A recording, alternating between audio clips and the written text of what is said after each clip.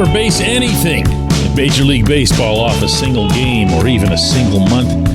A single season can be too small a sample size, because otherwise the Cubs would look like a perennial powerhouse. Good morning to you. Good Wednesday morning. I'm Dejan Kovacevic of DK Pittsburgh Sports. This is Daily Shot of Pirates. It comes your way bright and early every weekday. If you're into football and or hockey, I also offer daily shots of Steelers and Penguins where you found this. Cubs 14, Pirates 1 last night at Wrigley Field. Almost nothing to say about this other than seeing Quinn Priester get smacked around is just... It's one of the most deflating things for any follower of this team to experience, because you only have X number of prospects that crack the top 100 lists that come out. And in the Pirates' case, they've had 2 or 3, depending on the lists. And Priester's been one of those guys. And Priester, if you go back to the early part of the pandemic, was seen by some as just a raging, roaring up the charts kind of prospect. And poof, there's just next to nothing when you watch him pitch. It's not just the lack of a fastball or the lack of willingness to throw a fastball. All of his stuff gets belted in some form because it ends up becoming too predictable because he can't do anything with it. You've heard all this. You've heard all this. So I'm going to change it up a little bit today and look at the rest of the division, because honestly, I'm still not seeing the Central as having shaped into a powerhouse yet, of course, but even a potential powerhouse. I look at the Brewers well on their way to 90-plus wins, and I don't get floored by anything about that franchise. I really don't. They've got a couple of good pitchers. They're not going to be able to keep them. Certainly not for the long haul. Corbin Burns, Brandon Woodruff. If they do, more power to them, but it's just not been the case. Remember, Milwaukee is 2/3 the size of the Pittsburgh market. That's no picnic when it comes to generating revenue.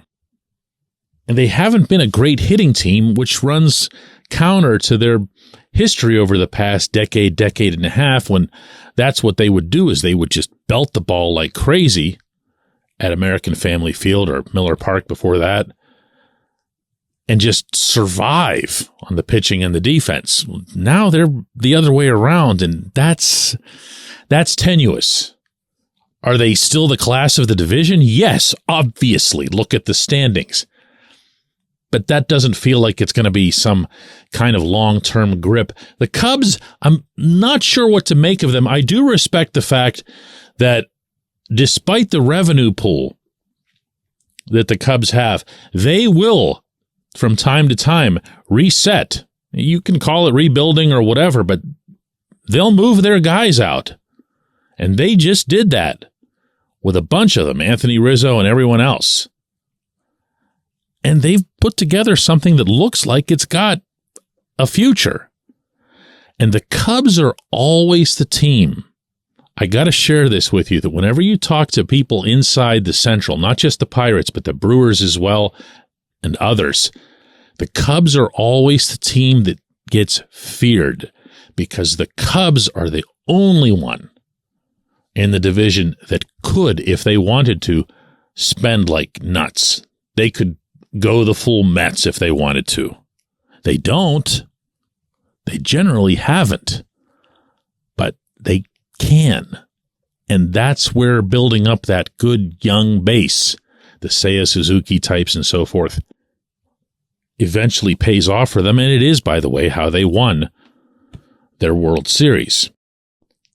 The Reds, my goodness, just a few weeks ago were the story in the game. Ellie De La Cruz individually was the story in the game, at times even more so than Shohei Ohtani. That's the kind of publicity that kid was generating. And then he wasn't, and then they weren't. Now, when you have that type of natural skill level that De La Cruz does, you're going to bounce back. You're going to find a way to be not just productive, but very, very productive. The Reds have themselves a special one in De La Cruz. But it's not going to be a super straight line. It's not going to be a direct ascent from where he was to something higher, which is borderline inconceivable in baseball.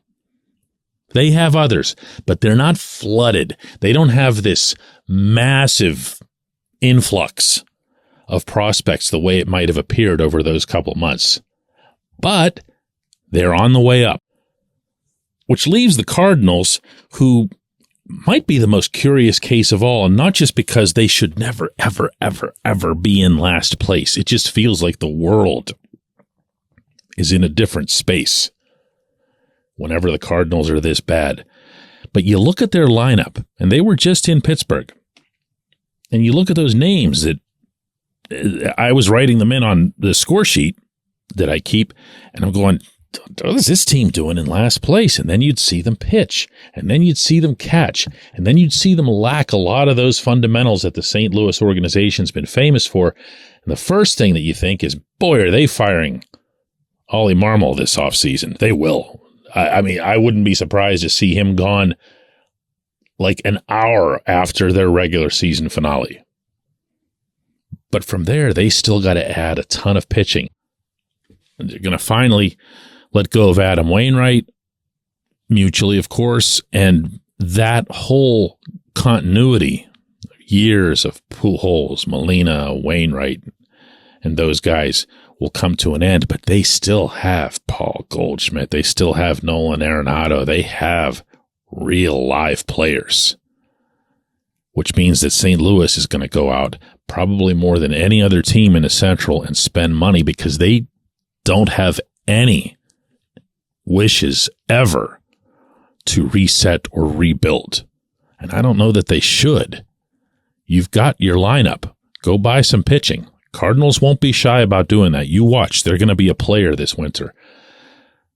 But the division overall, look, even if you're just setting aside the Pirates, and I'm sure after last night that's a smart thing to do, I still see this division as something that can be had. Not the way it could have been had this season had management not punted on it, but been over that one too, right? When we come back, J1Q.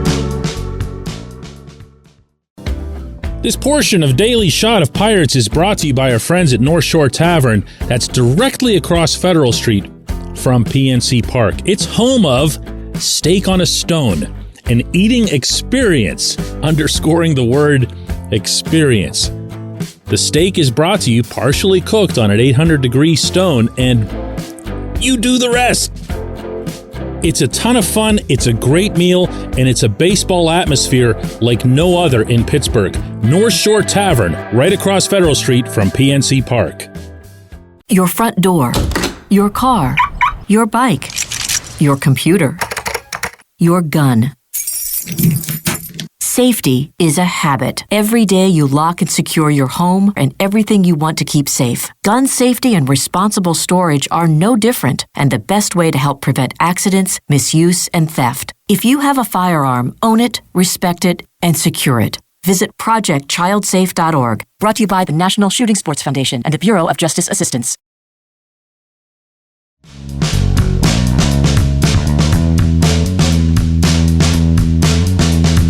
Today's J1Q comes from Mark, who says, DK, we see issues all around sports regarding culture, getting to a winning culture like the Steelers and Penguins have had, or a losing culture like the Pirates have had. It seems that part of Bob Nutting's thinking was to get Travis Williams to bring some of that positive Penguins touch to the Pirates, but it doesn't seem to have happened. So where does Williams fall in with the problems the Pirates have had in creating this winning culture? Is Nutting's failure at this too big for anyone to overcome? Mark, you are respectfully here putting the horse way behind the cart. Like you've got the horse so many miles behind the cart right now that it's hard to even address the direct questions that you're asking. Culture doesn't come before winning. Winning follows culture. Think about this. Go back to April. Go back to 20-8. Did you look at and think about almost everyone associated with the Pirates at least a little bit differently at that time? It's okay to admit it if you did. I did. I saw a team that was number 1, number 2, or number 3 in virtually every hitting category over a full month. And it was the only month we'd witnessed. So there wasn't even a broader context. There wasn't a comparison point. That's just all we saw. The April 2023 Pirates, 20-8, dominating at the plate, dominating on the mound, dominating defensively. They just looked like they had everything for a month. So, do you think that I was looking at Andy Haynes the way I've looked at him over the full tenure that he's had since being here? Heck no, man. I'm thinking to myself, man, this guy, he's got it going. I'm ready to give him his due. I'm ready to eat my crow, and I was going to do that with Oscar Marine and everybody else all the way up, including Nutting. Real similar to how I felt in late 2013 after the blackout game, where I looked at Nutting in a very different way. I thought to myself, this is something that this guy helped generate.